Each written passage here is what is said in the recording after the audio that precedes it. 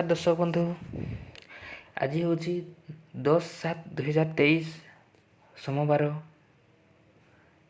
आज सकाळ किसी गुरुत्वपूर्ण खबर आछि। चलतु से गुरुत्वपूर्ण खबर पर नजर पकाइबा। तो वर्तमान जहाँ सूचना मिली ओडिशा रे नियंटिया वर्षा 22 जिले स्थिति सांघातिक। सूचना अनुसार भुवनेश्वर गत 3 दिन धरी उत्तर भारतर वर्षा प्रलय रचुवा बेले सुखिला पड़ी उपकूल अंचल। ओडिशा रे वर्षा भाव जो सांघातिक परिस्थिति सृष्टि होईछि।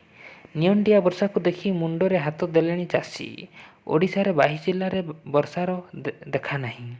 विशेषकर कलाहांडी जिले में सबुठारु कम वर्षा रेकर्ड करा जायछि। एठारे 116.8 मिलीमीटर वर्षा होईछि, जहाँ स्वाभाविक वर्षा ठारू 66% 2 कम। जून 1 तारिख रु जुलाई 10 तारिख भितर ओडिशा रे 32.2% कम वर्षा होइथिबा रेकर्ड करा जायछि, जहाँ खरीफ फसल प्रभावित करिबो बोली भारतीय पाणीपाग विभाग सोमवार आकलन करिछि।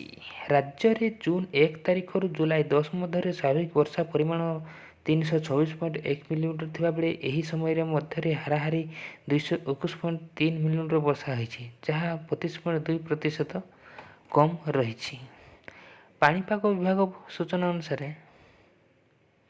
अनुଯାयी देवगढ़, सम्बलपुर, झारसुगुड़ा, अनुगुड़, बरगढ़, ढेंकानाल, सुंदरगढ़, मालकानगिरी आदि 8टी जिले स्वाभाविक वर्षा होइथिबार रेकर्ड करा जायछि।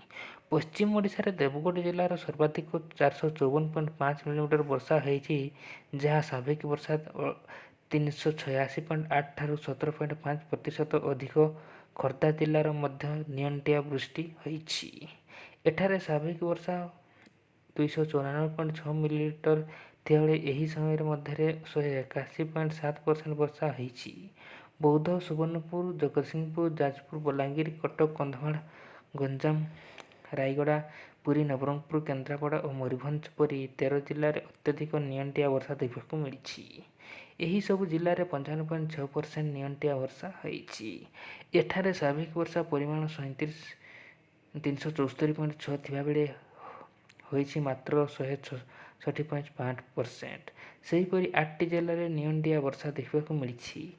सेगुड़िक है कोरापुट, भद्रक, केन्दुझर, नयागढ़, बालेश्वर, गजपति, नुआपड़ा और खोर्धा। तो दर्शक बंधु जो मैंने मो चैनल को नुआ कर प्लीज लाइक करूँ, शेयर करूँ, सब्सक्राइब करूँ, जहाँफल कि आप लेटेस्ट अपडेट न्यूज सर्वप्रथम Piper. Bureau report BM creation.